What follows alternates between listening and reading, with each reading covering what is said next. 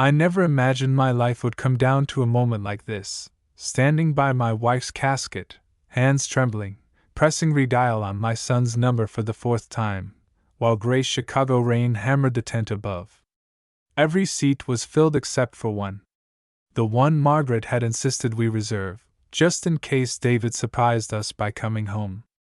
The funeral director hovered nearby, his practiced sympathy making my stomach twist, but I kept my focus locked on Margaret's polished oak casket.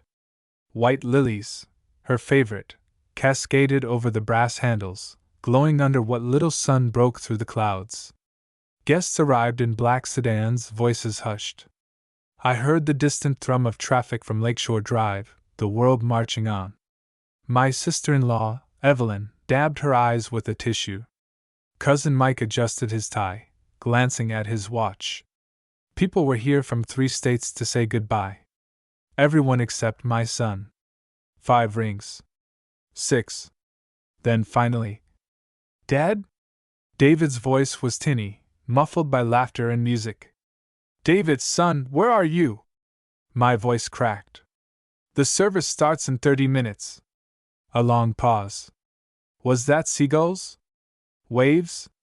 "Dad, I'm in Miami. Look, I have important business. I can't make it."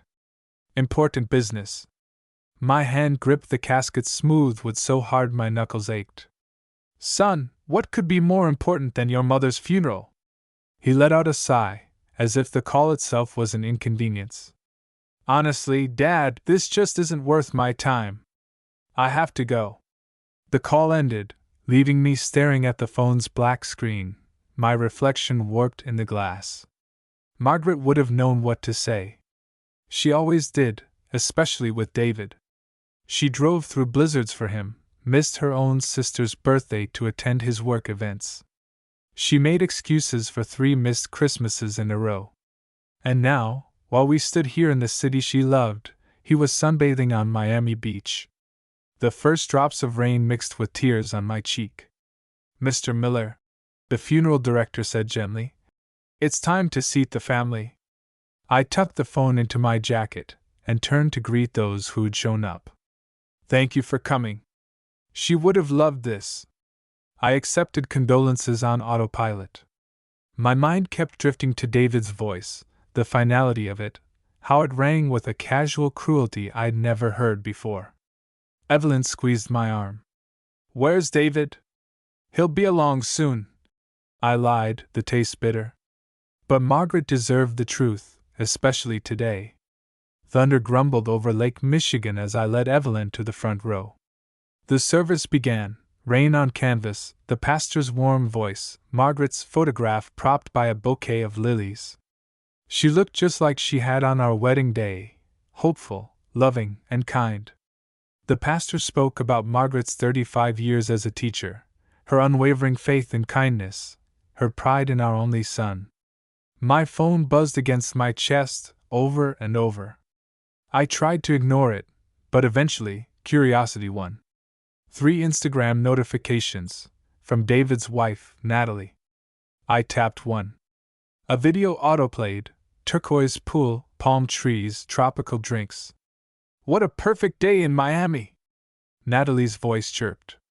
There was David, laughing in swim trunks, right as the rain started pouring down on us here.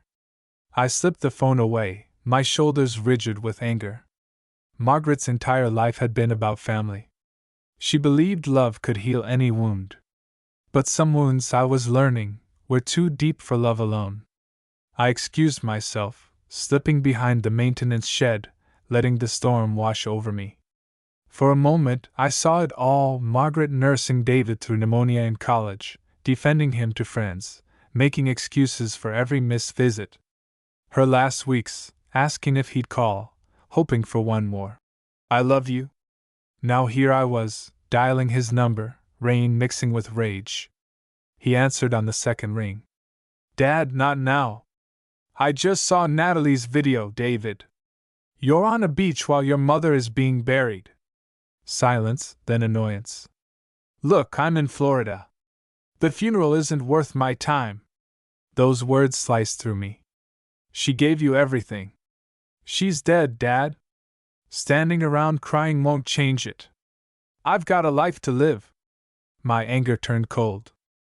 You're not my son anymore, I said, the words falling out before I could stop them.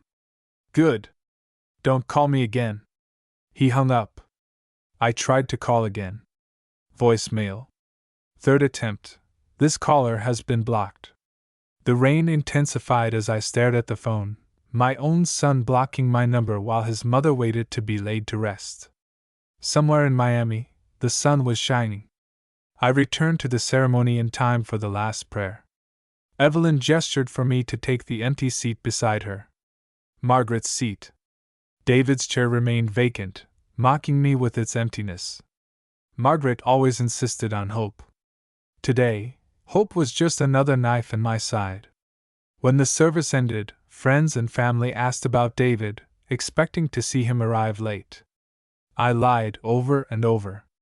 Thurman, my old friend from the job site, caught my arm. Where's David? He's in Florida. Vacation. Said the funeral wasn't worth his time. Thurman's eyes darkened. Margaret deserved better. Don't let him think this doesn't matter. Some lessons have to be learned the hard way, Jack. I nodded, letting the words sink in as we walked to the graveside. I had a choice to make. Margaret had protected David from consequences his whole life. But this was something else. I stood by her casket, surrounded by people who'd loved her, and made a quiet promise to myself. I would not let this pass.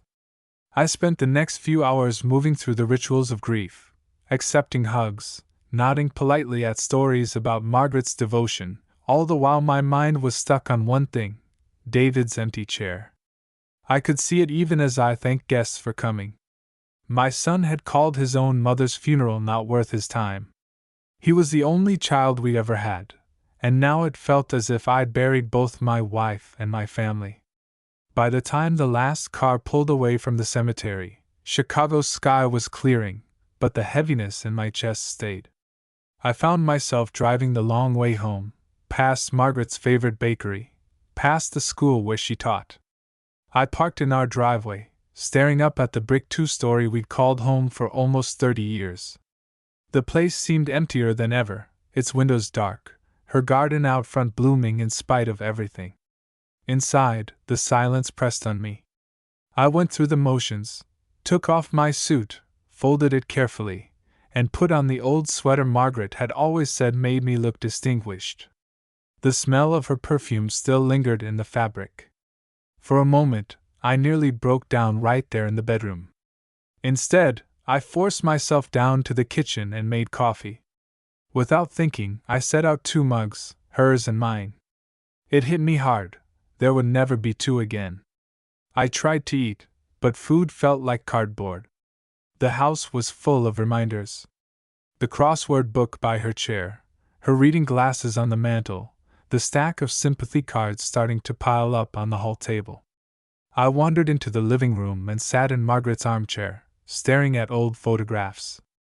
Our wedding day in '87, David's first Little League game, the graduation he barely let us attend, our last family Christmas together, Margaret smiling, David half distracted, always glancing at his phone. I spoke into the quiet. 40 years I raised that boy, Maggie. 40 years we gave him everything. When did ambition turn into selfishness? There was no answer, just the settling of the house and the distant rumble of the red line. Later that night, after a dinner I barely touched, I opened my laptop and stared at the banking site. For 8 years, Margaret and I had sent David money every month, first for grad school, then for the Manhattan apartment, then, eventually, for the mortgage in Brooklyn he'd insisted was an investment. The emails had always come with promises. Just until I get established, Dad. I'll pay you back. But he never did. And I never had the heart to stop. But now the hurt ran too deep. The funeral was over. The phone calls were over. Maybe, I thought, it was time for something else to end too. I pulled up the automatic payments. There it was, $3,200 every month, straight to David Miller's mortgage account.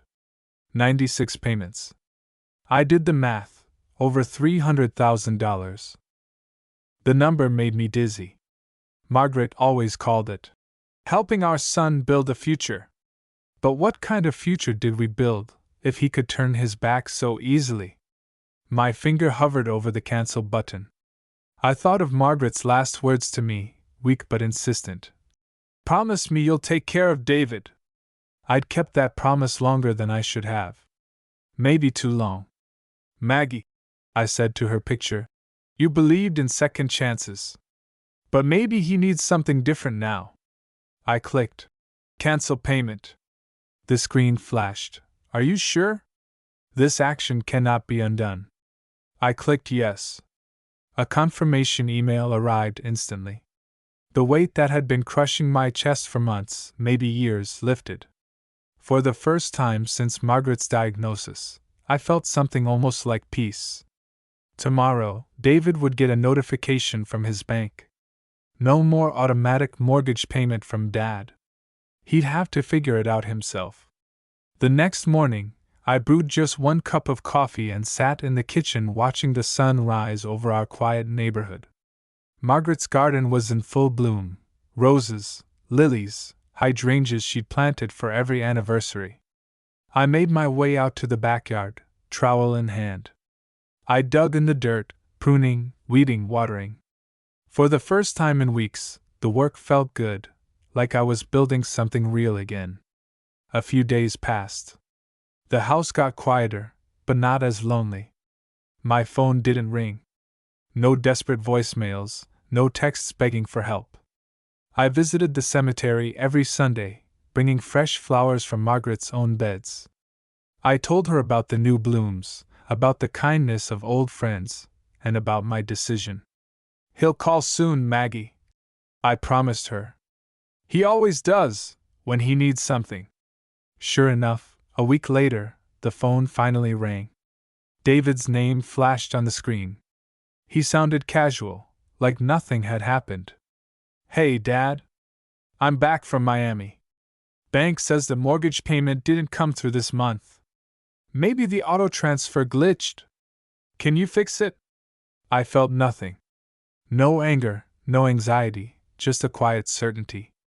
It wasn't a glitch, I told him. That's your responsibility now, David. Silence. He didn't like that. But Dad, you always… Not anymore, I said. You made it clear last week. Your mother's funeral wasn't worth your time. Well, your mortgage isn't worth mine. He started to protest, his voice climbing in pitch. But I stayed firm. Some lessons, son, you have to learn on your own. Then I hung up. I sat by the window with my coffee, watching the morning light spill across the empty chair opposite mine. It wasn't the ending Margaret would have wanted. But it was the beginning of something I should have done a long time ago.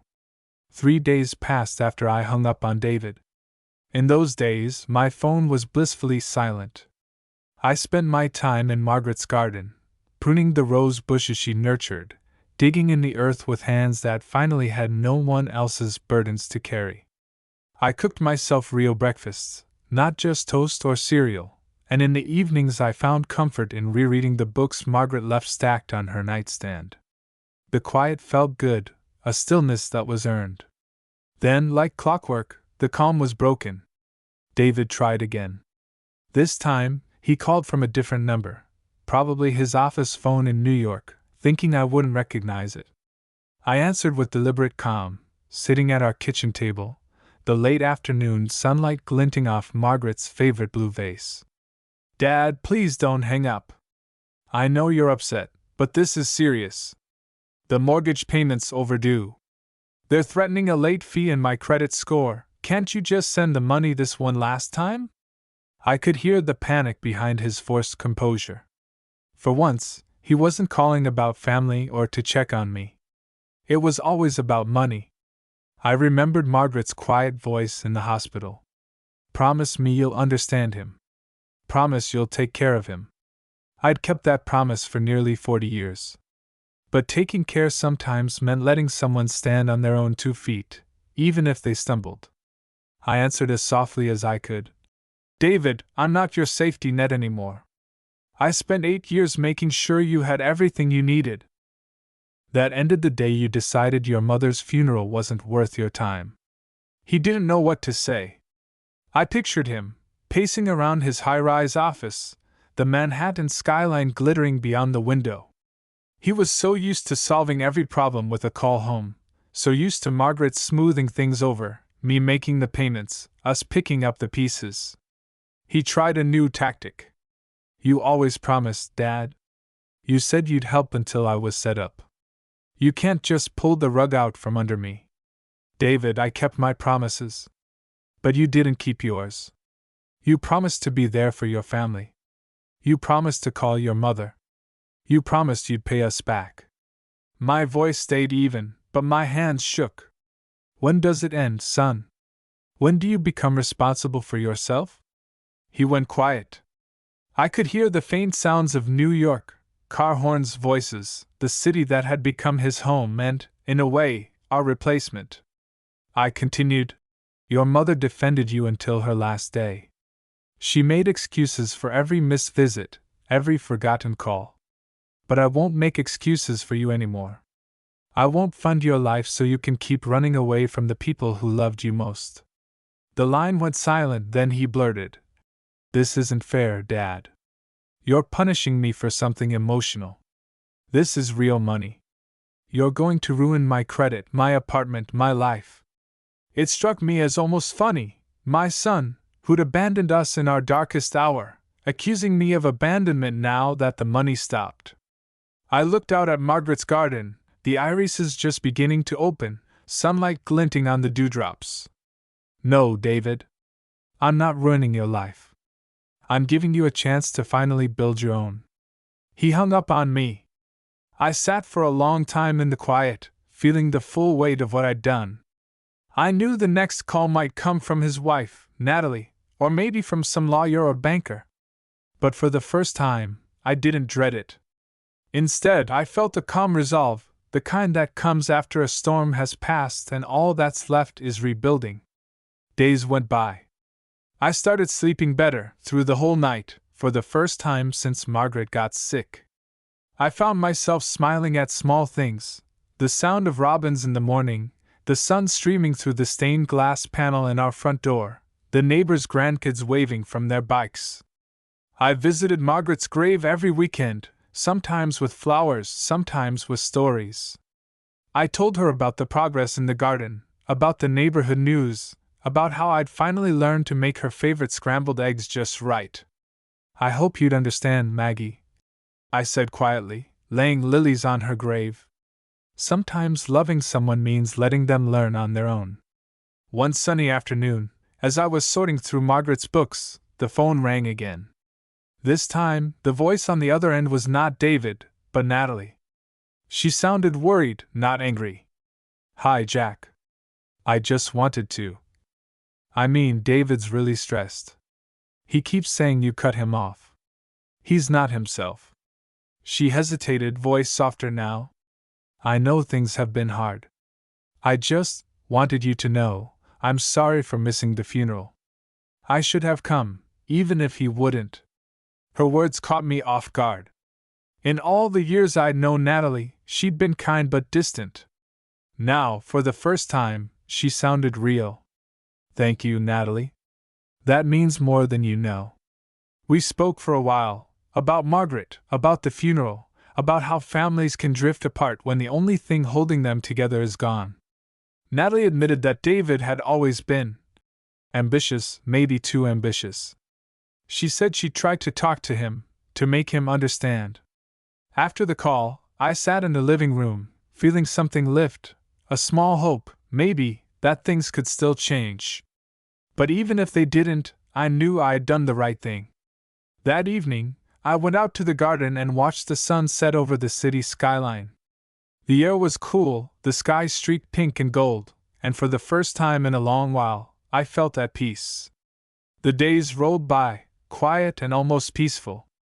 I filled my hours with little tasks Margaret had always wanted done, fixing the garden gate, reorganizing the garage, even mending that old quilt she loved. Each chore was another small victory over the emptiness she'd left behind. Sometimes, I'd catch myself glancing at the phone, half expecting David to call and apologize. But that call never came. Instead, I heard about him through the grapevine. My niece Lisa called one morning, her voice low and conspiratorial, like she was telling me something shameful. "Uncle Jack, David's having trouble. Word is he missed a payment on his mortgage. Some of his friends in New York say he's frantic, asking around for a loan." I felt a strange mix of sadness and relief. Maybe, finally, reality was forcing David to look in the mirror. Maybe he'd start to understand the true cost of abandoning the people who loved him. A week later, the phone rang while I was pulling weeds in the backyard. This time, the caller ID read, "David Miller." Against my better judgment, I picked up. He didn't bother with pleasantries. "Dad, this has gone too far. The bank's threatening foreclosure. I could lose everything. You have to help me. Just until I get things straightened out. Please." It wasn't just desperation in his voice. It was anger, as if he blamed me for his troubles. I thought about all the years Margaret and I had made his problems disappear, the way she'd drive through storms or drain our savings to fix his mistakes. I thought about the funeral, that empty chair, the vacation video in Miami. "No, David. I don't have to do anything anymore.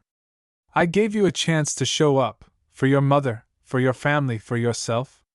Instead, you chose a beach and called her funeral a waste of your time." He exploded. "You don't understand, Dad. I have a job, a wife, responsibilities.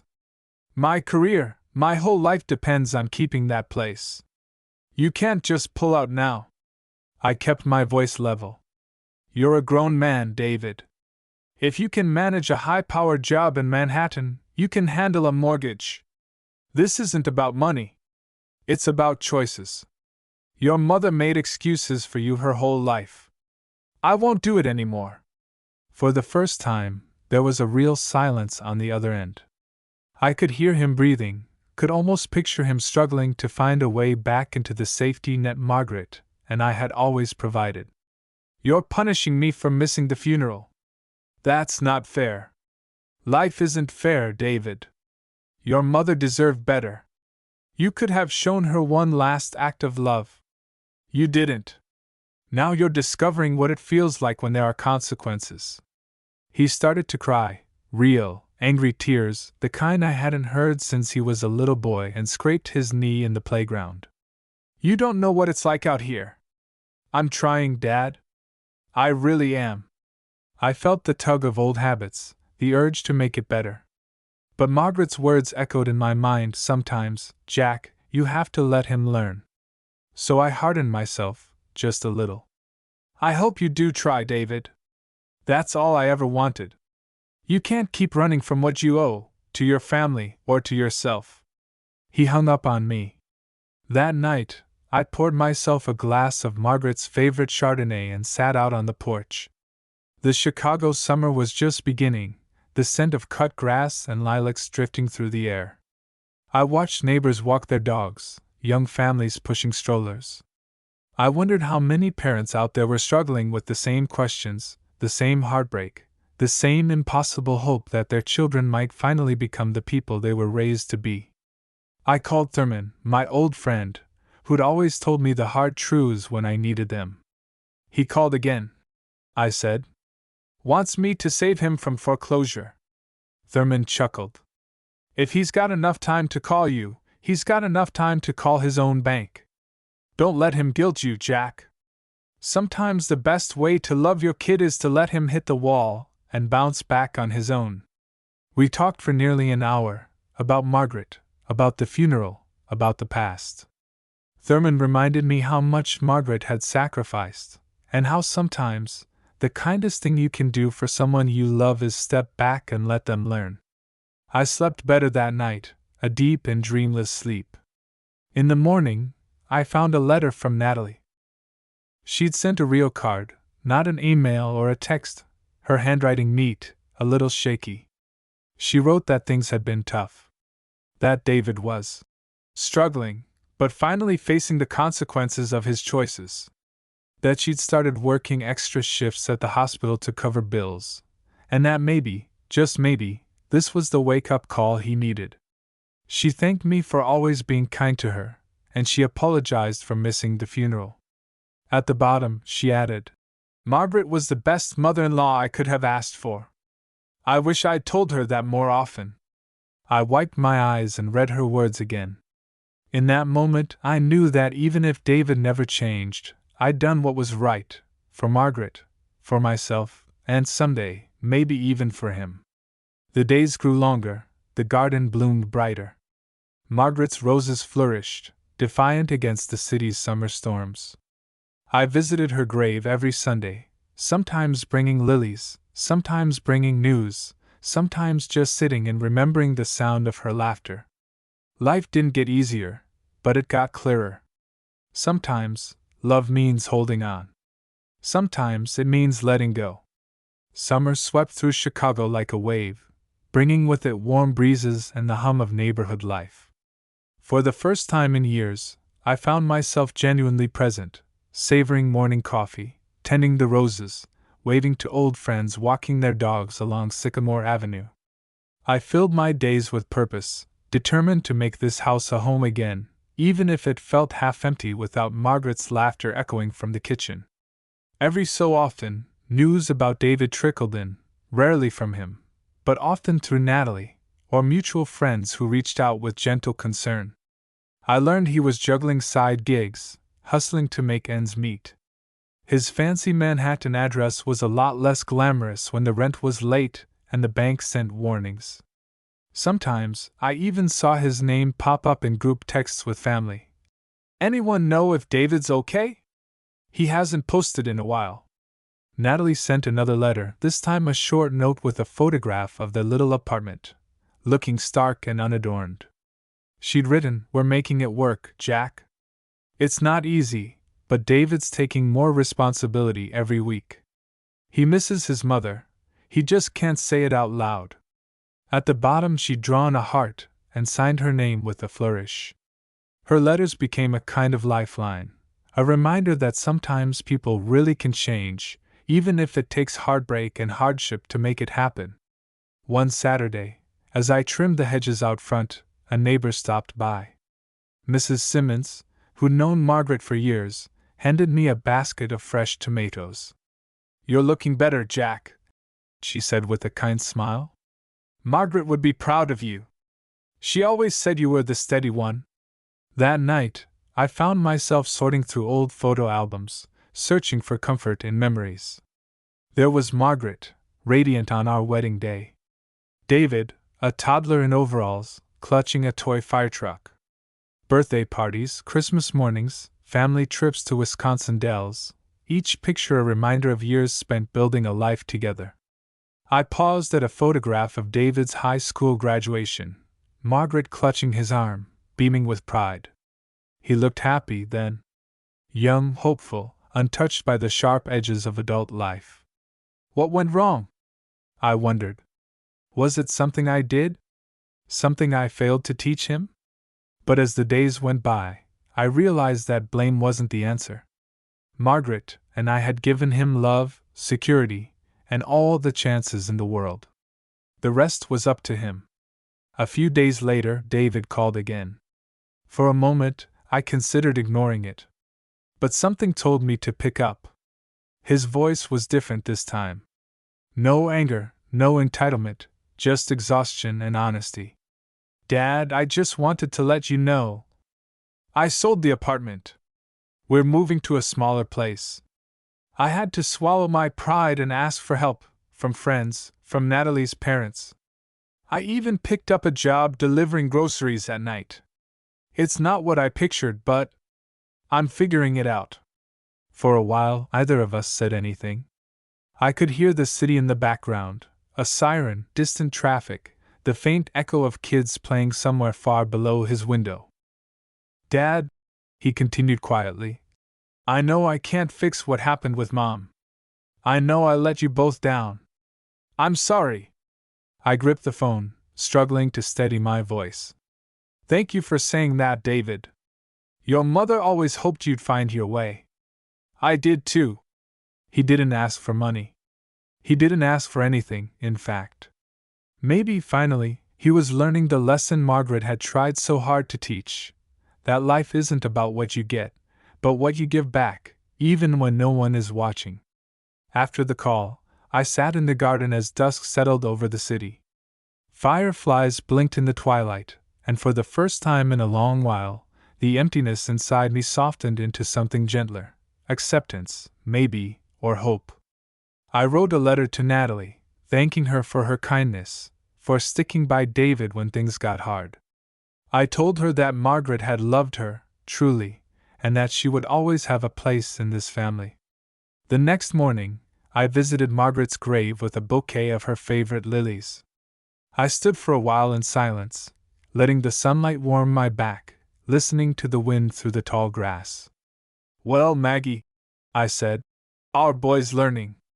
It's slow and it's messy, but maybe it's real this time. I placed the flowers by her stone and smiled, imagining her gentle reply. You always said he'd come around in his own time. Maybe you were right, after all. I walked home through the quiet streets, feeling lighter than I had in months. Grief never really leaves you, but sometimes, on good days, it gives you permission to start living again. By late July, the garden was alive with color. Margaret's roses climbed the trellis, the hydrangeas exploded in blue and pink, and a pair of robins built a nest in the dogwood tree just outside the kitchen window.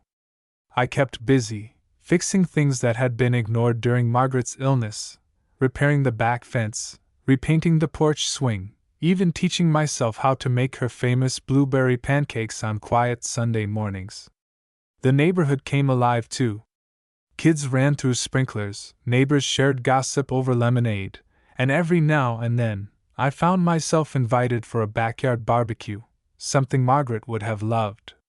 But even as life returned to a gentle rhythm, I still felt her absence, as if a part of me was missing whenever I reached for a second cup of coffee or turned to share some small bit of news. One humid afternoon, the doorbell rang. I wasn't expecting anyone. Wiping my hands on a dish towel, I opened the door, and there was Natalie, looking a little tired but smiling. She handed me a small paper bag. Fresh bagels from Manhattan, she said. Thought you could use a taste of the city. We sat together on the porch, spreading cream cheese and watching the sun filter through the maples. After a while, Natalie spoke. David's different. It's been hard, Jack, but he's working. He even started volunteering at a shelter in Brooklyn, said he needed to do something for someone else, for a change. That caught me off guard. My son, always focused on the next promotion, the next opportunity, finally looking beyond himself?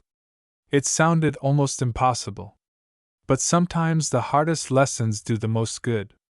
I'm proud of you both, I told her, meaning it. And I'm grateful for everything you've done for him, even when he didn't deserve it.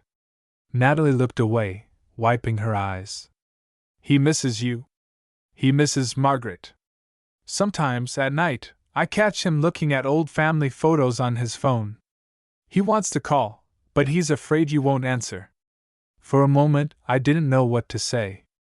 I thought of all the missed chances, the angry words, the empty seat at the funeral. Maybe, I realized, it was time for another small step forward. Later that evening, I called David. He'd picked up on the first ring, his voice uncertain.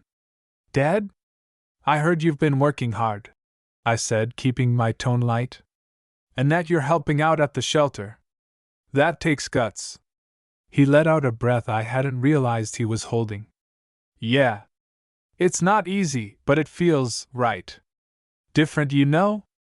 I think Mom would have liked that place.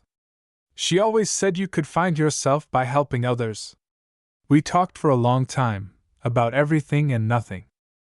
David told me about some of the people he met at the shelter, The stories that made him think twice about what really matters.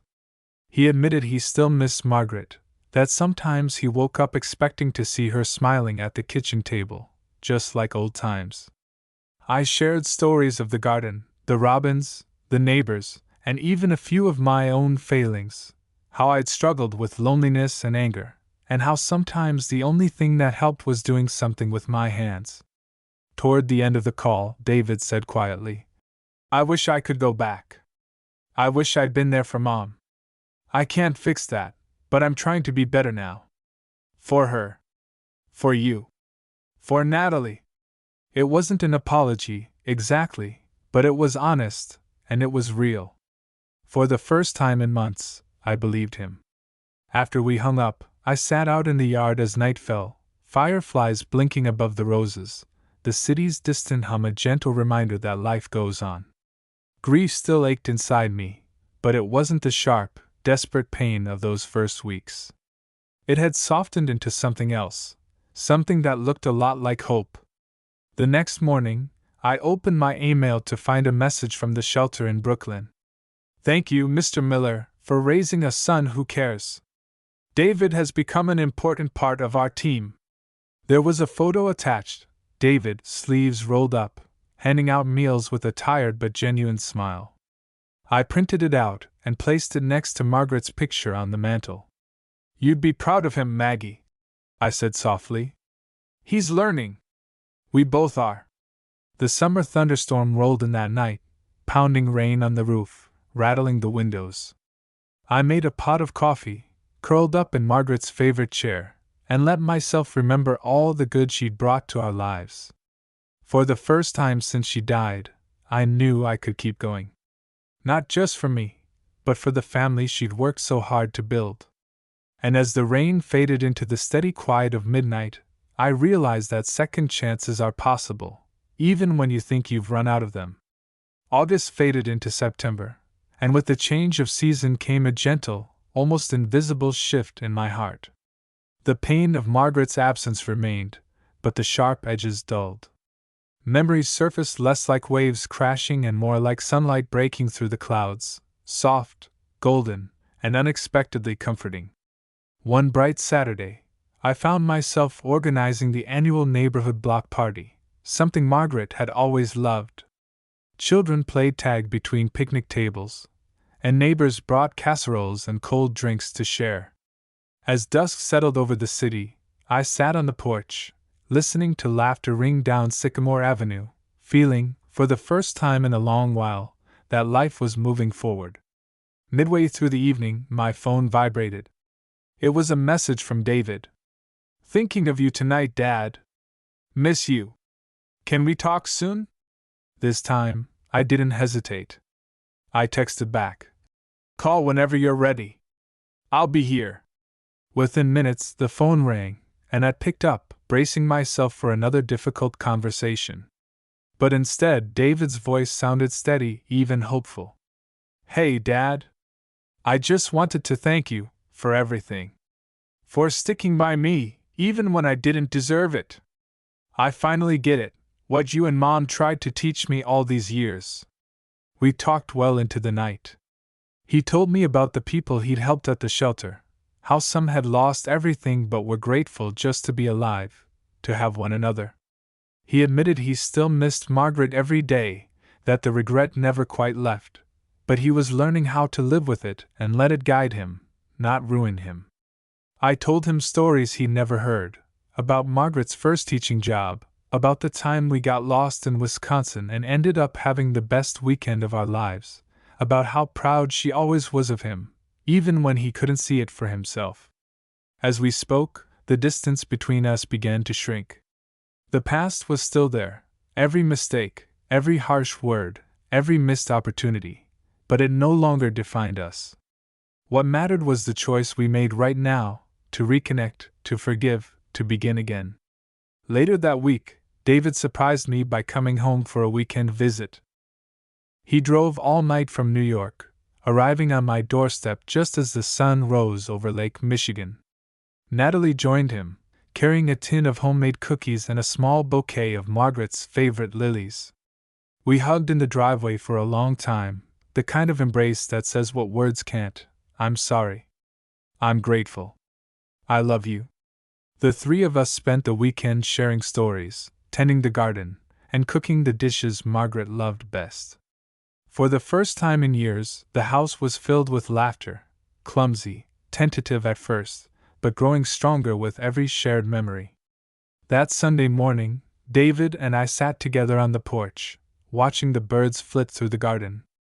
"Dad," he said quietly, "I know I can't go back and change things. But I can be here now. I can be better, from this day forward. Thank you for not giving up on me, even when I gave up on myself." Tears filled my eyes, but this time, they weren't for loss. They were for the return of hope, for the possibility of new beginnings, for the realization that Margaret's legacy would live on, not just in flowers or photographs, but in the simple, everyday acts of love that knit a family together. As September faded into autumn, I found myself embracing the future with a kind of peace I hadn't known in years. Margaret's garden flourished. The house, once heavy with silence, now echoed with conversation and music. I made plans for a trip I'd always put off, a drive along the Great Lakes, something Margaret and I had dreamed of but never done. On the morning I left, I placed fresh lilies by Margaret's headstone. "I did my best, sweetheart," I whispered. "You were right. Sometimes love means letting go, but it also means believing in second chances." Driving north, the city skyline fell away, replaced by forests blazing gold and red. I felt Margaret with me every mile, the memory of her laughter, the strength of her love, the lessons she taught both her son and her husband. David called that evening, his voice cheerful, asking how the drive was going, promising to visit again soon. As I pulled off the highway to watch the sunset over Lake Superior, I realized that the story wasn't ending at all. It was beginning again, in new forms, with new understanding. Family, I finally understood, isn't defined by perfection or the absence of pain. It's made, and remade, every day, by the choices we make to show up, to forgive, to try again. And so, under a sky lit by the last light of summer, I whispered a prayer of thanks, for Margaret, for David, for the gift of a love that endures even after goodbyes. The past was behind me. The future was wide open. And for the first time in a long, long time, I was ready to live it.